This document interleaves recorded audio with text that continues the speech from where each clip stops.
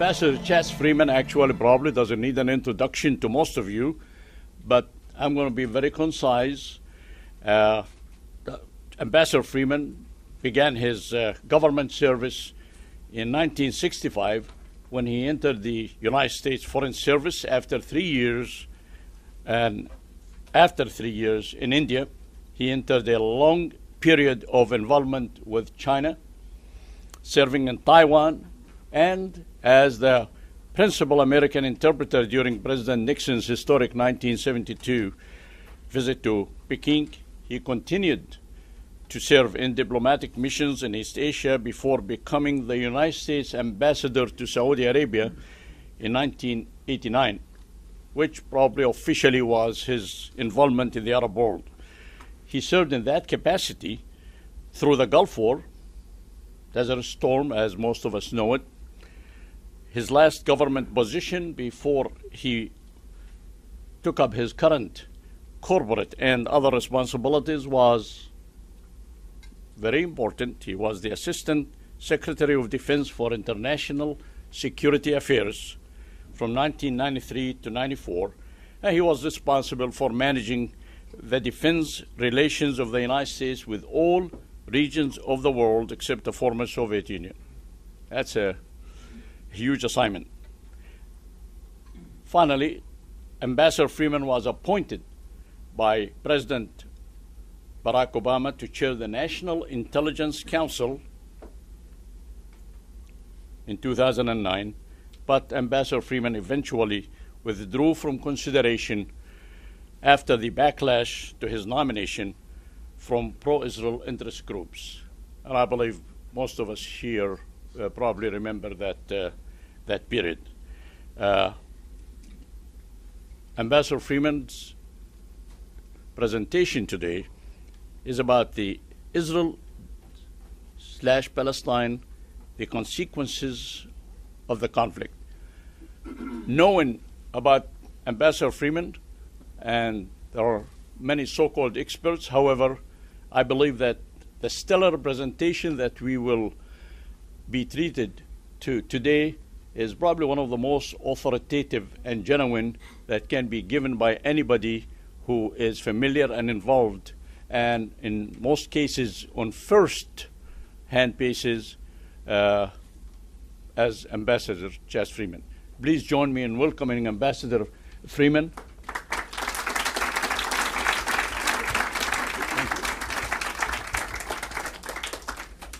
Thank you, Dr. Ali. I'm really honored to have been asked to give the annual Sharabi lecture here at the Palestine Center. Dr. Ali has just reminded us that Hisham Sharabi helped found this center. He also helped found the Center for Contemporary Arab Studies at Georgetown. He was a great figure in the study of Arab politics and society, and he was also an indefatigable advocate of Palestinian rights. I never met him, but I do feel privileged to speak to you today in his memory.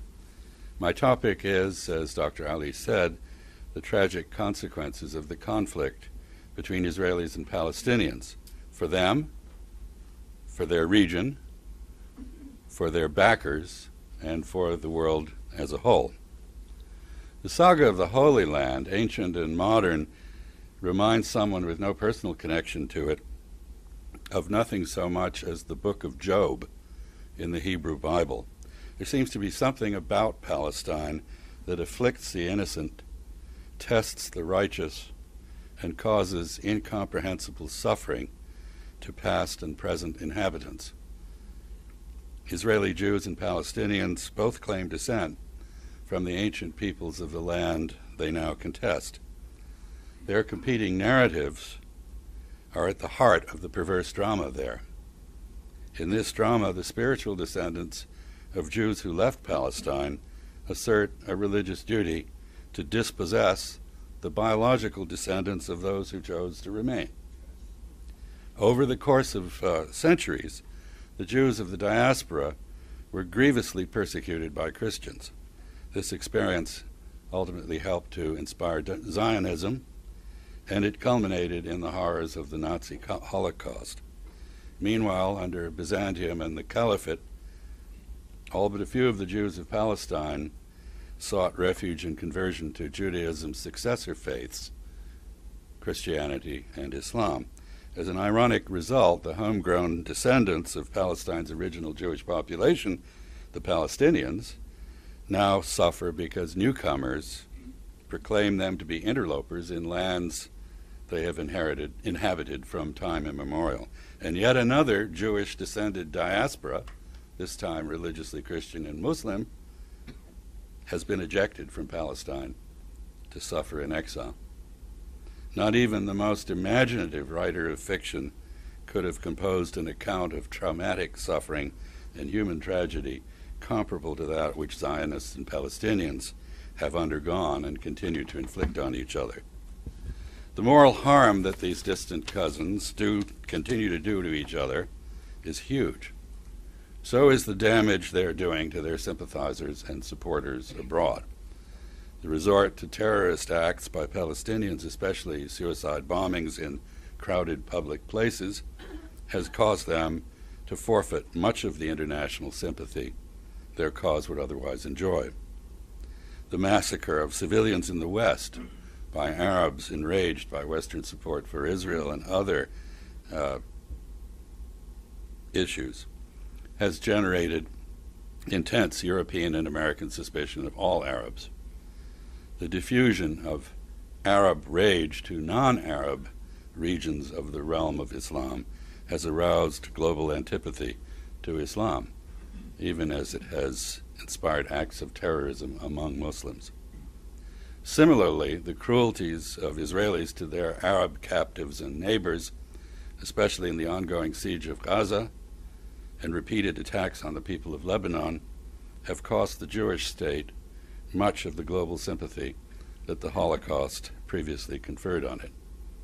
The racist tyranny of Jewish settlers over West Bank Arabs and the progressive emergence of a version of apartheid in Israel itself are deeply troubling to a growing number of people abroad who have traditionally identified with Israel.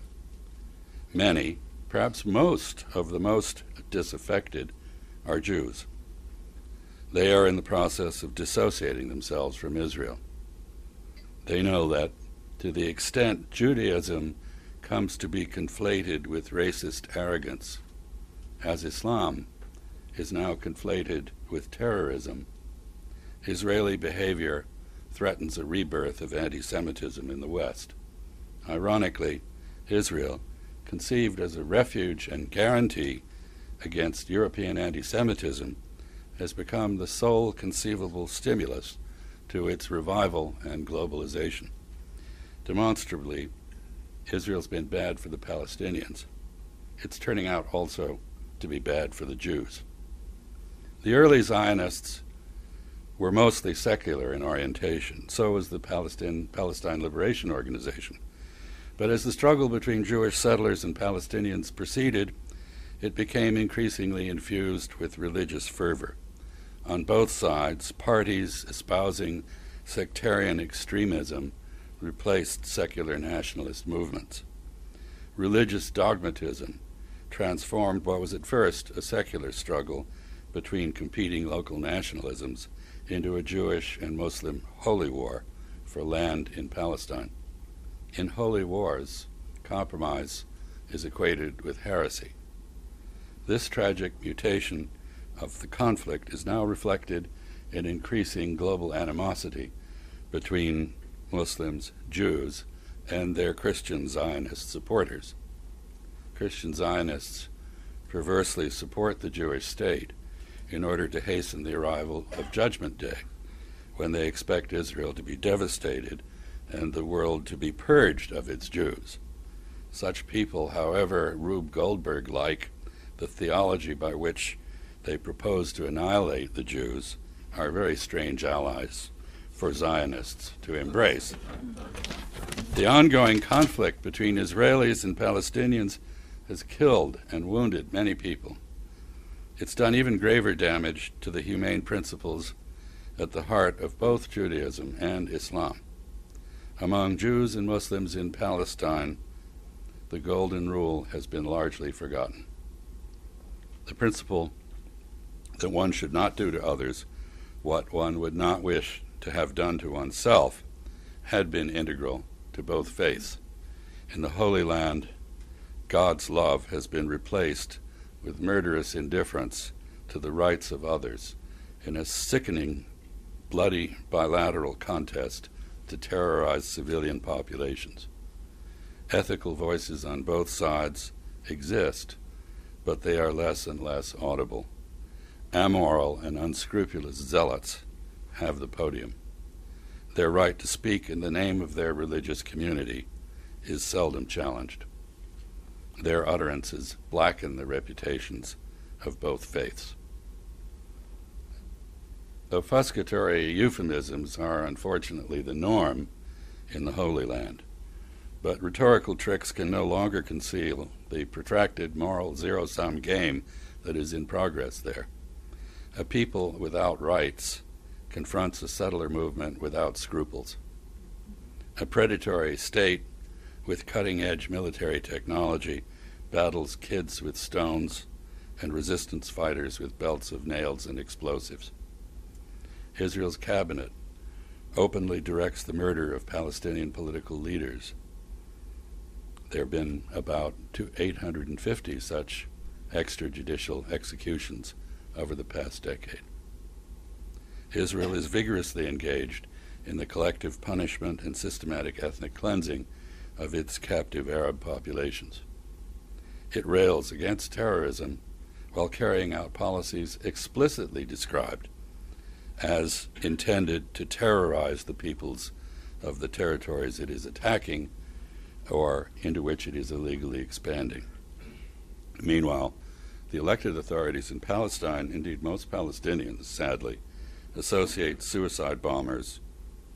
themselves with suicide bombers and unguided missiles that indiscriminately murder Israeli civilians. Each side has abandoned moral constraints in order to cause the other to suffer, in the hope that it will capitulate to such coercion.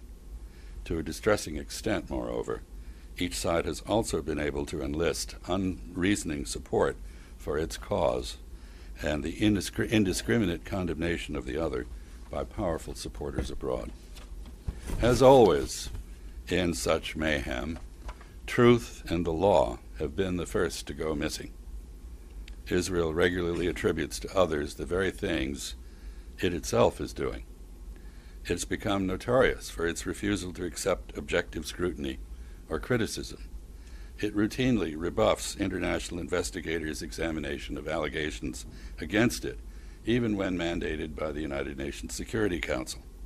Instead, it engages in self-indulgent acts of self-investigation calculated to produce exculpatory propaganda. As a result, Israeli government spokesmen, who were once presumed to represent the intellectual integrity for which Jewish scholars have always been renowned, now have no credibility at all, except among those committed to the Zionist cause. Meanwhile, regional and international respect for the rule of law, especially humanitarian law, has been greatly degraded. This is a special irony. Humanitarian law and the law of war are arguably the supreme moral artifacts of Atlantic civilization. Jewish lawyers made a disproportionate contribution to their crafting. The resulting legal principles were intended to deter the kinds of injuries and injustices that European Jews and other minorities had long suffered, and to protect occupied populations from persecution by their occupiers. Both objectives are very relevant to contemporary Palestine. It's hard, however, to find any principle of due process, the several Geneva Conventions, or the Nuremberg trials, that has not been systematically violated in the Holy Land. Examples of criminal conduct include mass murder, extrajudicial killing, torture, detention without charge, the denial of medical care, the annexation and colonization of occupied territory, the illegal expropriation of land, the ethnic cleansing and the collective punishment of civilians, including the demolition of their homes, the systematic reduction of their infrastructure, and the de-development and impoverishment of entire regions. These crimes have been linked to a concerted effort to rewrite international law to permit actions that it previously prohibited, in effect enshrining the principle that might makes right. As the former head of the Israeli Defense Forces legal department has argued, quote, "If you do something for long enough, the world will accept it. The whole of international law is now based on the notion that an act that is forbidden today becomes permissible if executed by enough countries. International law progresses through violations," unquote.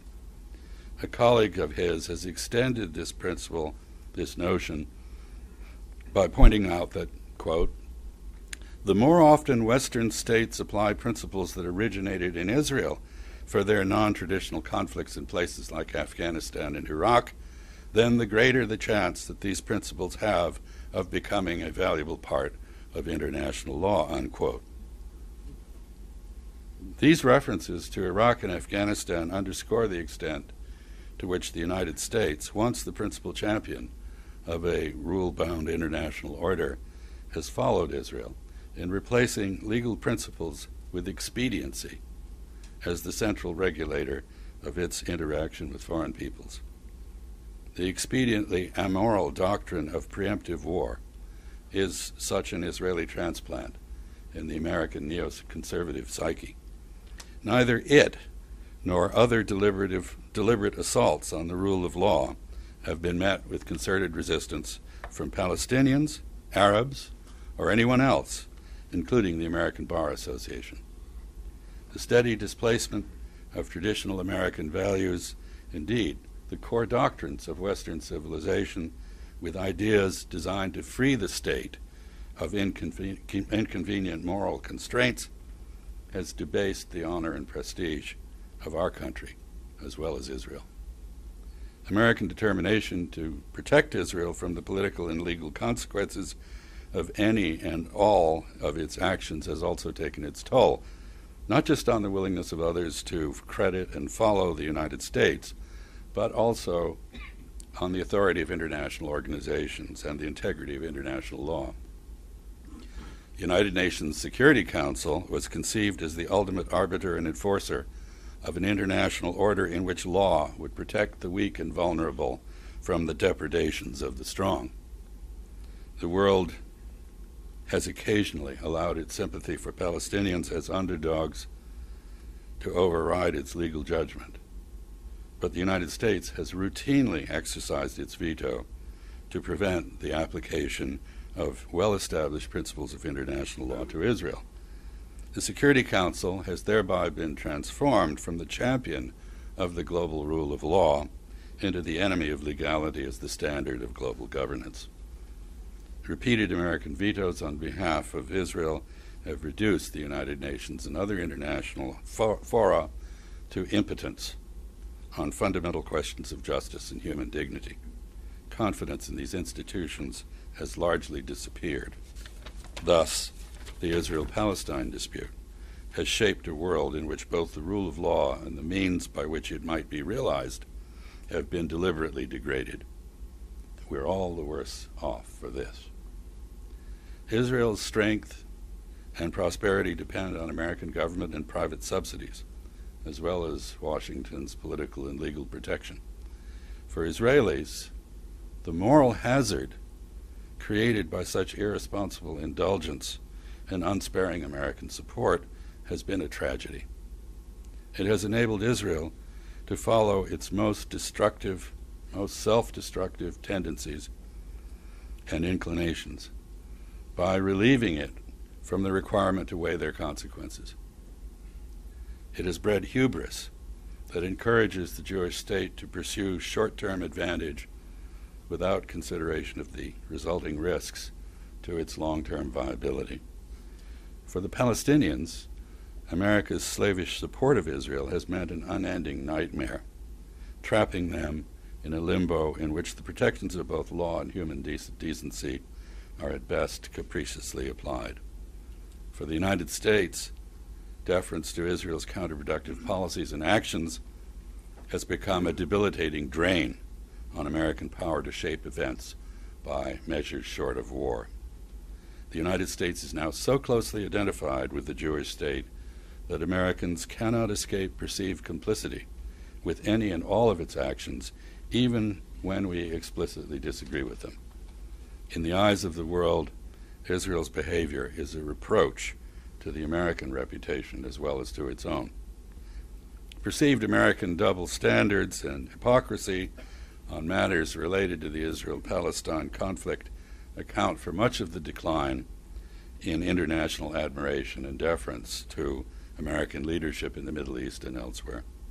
In 2006, when free and fair elections in Palestine produced a government that Israel detested and feared, the United States joined Israel in seeking to isolate and overthrow that government, thus setting aside and discrediting America's long-professed dedication to the spread of democracy in the Middle East and elsewhere.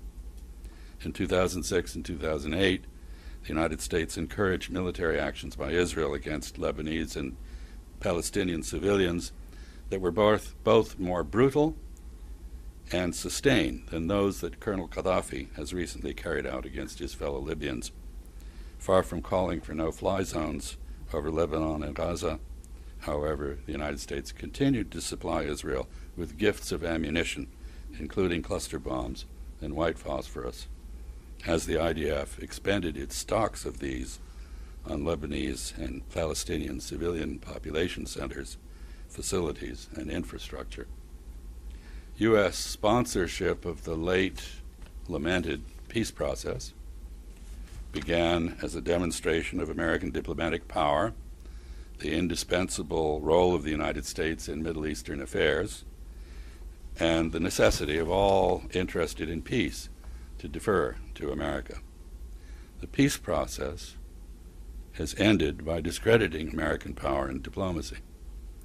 It has failed to deliver either the self-determination for Palestinians or the acceptance of Israel by its neighbors envisaged in the Camp David Accords. Instead, Israel's deepening commitment to settler Zionism has uprooted even greater numbers of Palestinians while alarming and affronting other Arabs and Muslims. 4 decades of American diplomacy is now seen in the region as having been an elaborate diplomatic deception, yielding nothing but the continual enlargement of the Jewish state at Palestinian expense. This failure of the so-called peace process, the American-led peace process, is all the more telling because it occurred despite the existence of compelling existential interests in the achievement of a formula for cohabitation on the part of both Israelis and Palestinians. This interest is clearly reflected in the eagerness of Palestinian officials to negotiate a basis for peaceful coexistence with Israel that is revealed in the official record of the Israel-Palestine negotiations, recently leaked to and by Al Jazeera. The abject pleading of Palestinian negotiators for peace, to which these documents attest, contrasts with the callous determination of their Israeli counterparts not to take yes for an answer. Yet the security and prosperity of Israelis and Palestinians alike is dependent on their accepting each other. Without Palestinian agreement, Israel cannot define its borders or enjoy acceptance by any of its Arab neighbors. Without Israel's agreement, Palestinians cannot enjoy self-determination within a defined territory. Without mutual respect and tolerance, neither Israel nor Palestine can hope to live in peace for long. Animosity breeds threats, and no military hegemony is forever. The inability of the United States to build on the obvious shared interests of Palestinians and Israelis is at best damning testimony to the incompetence of those Americans who have made a career of processing peace without ever delivering it. At worst, It is compelling evidence of the extent to which they have functioned as Israel's lawyers, rather than as mediators sincerely attempting to produce a mutually respectful and therefore durable modus vivendi between Israelis, Palestinians, and other Arabs. As such, it is a reflection of the inordinate influence of right-wing Israelis on American policies and the people chosen to implement them. I've had personal experience of this on more than one occasion. In late November 1988, shortly after the election of George H.W. Bush as president, I was invited to lunch by a senior Israeli official with whom, in pursuance of U.S. policy, I had worked closely to expand Israel's diplomatic and military presence in Africa. I'd come to like and respect this official. He wished to thank me, he said, for what I'd done for his country. I was pleased. Over lunch, however, he asked me what I planned to do in the new administration, adding, quote, "Tell me what job you want. We can get it for you." The casual arrogance with which this representative of a foreign power claimed to be able to manipulate the staffing of national security positions in the U.S. government was a stunning belittlement of American patriotism. 20 years later, I was to be reminded that agents of foreign influence who can make appointments to national security positions in the United States can also unmake them. Under the circumstances, the consistent pro-Israel bias of American officials charged with the management of the Israel-Palestine conundrum and their lack of empathy for Palestinians are in no way a surprise.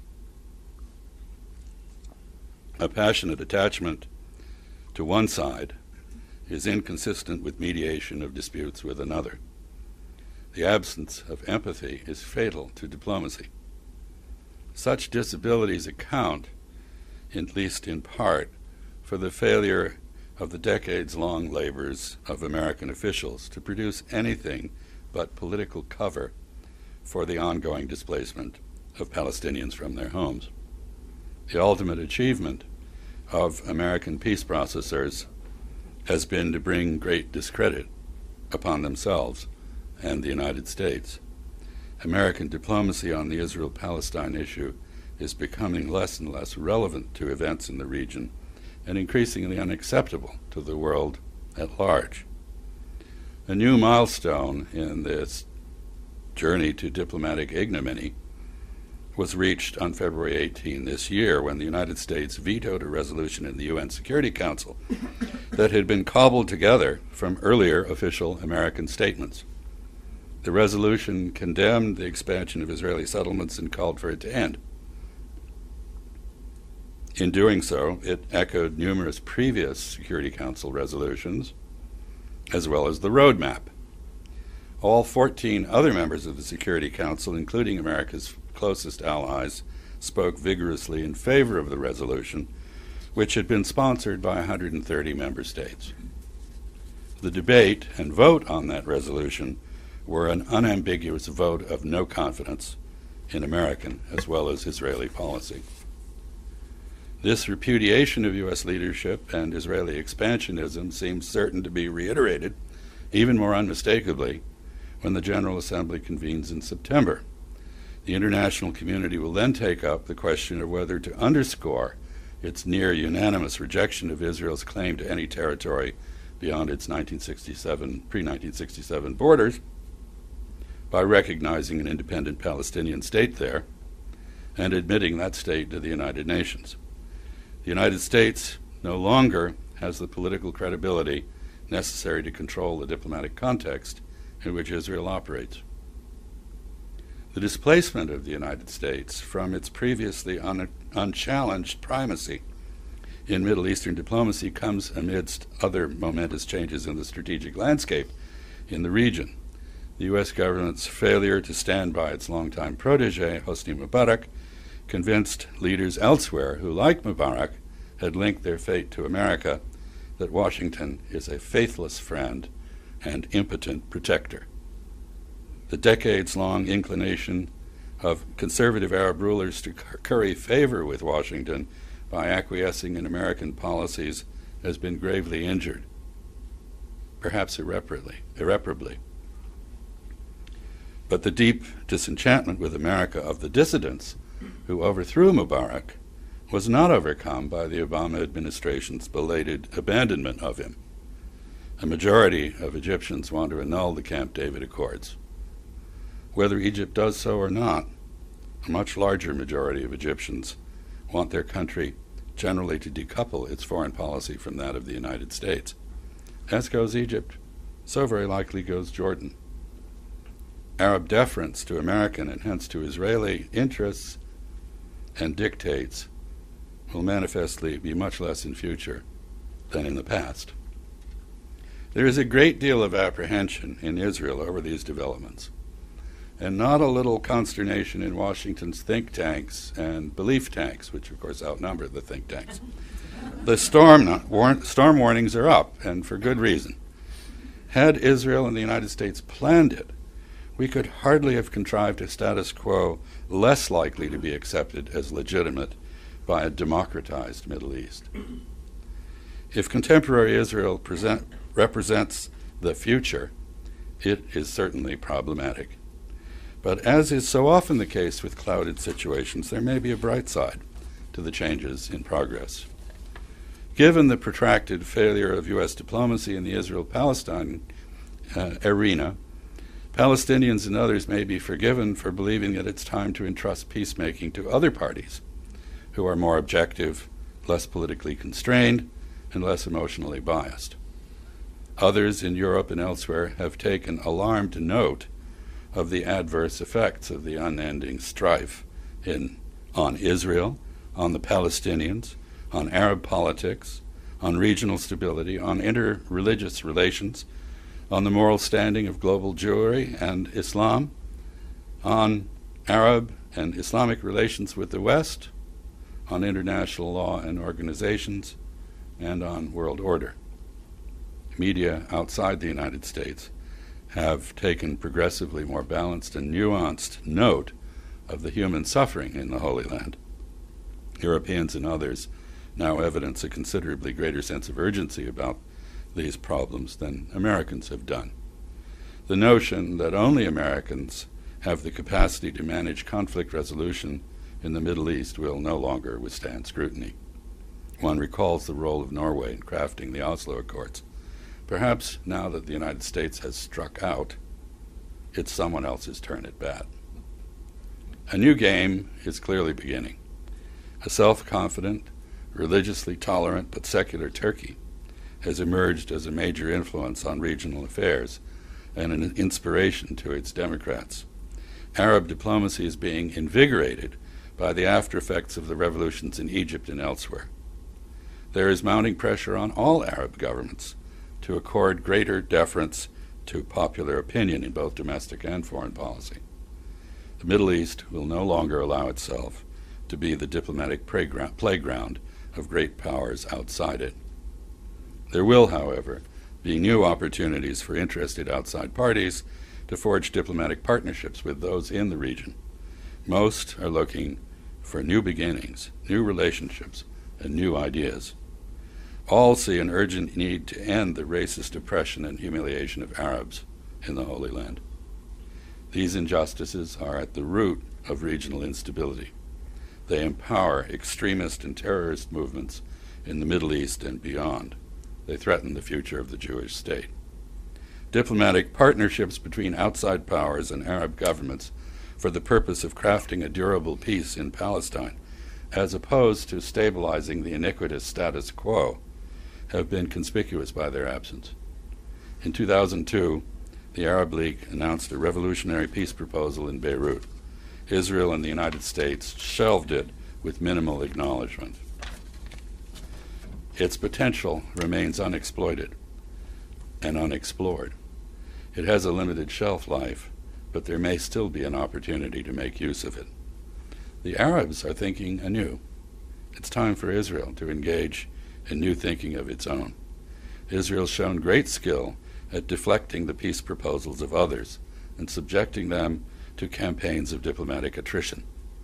It has never made its own specific proposal of peace to the Palestinians.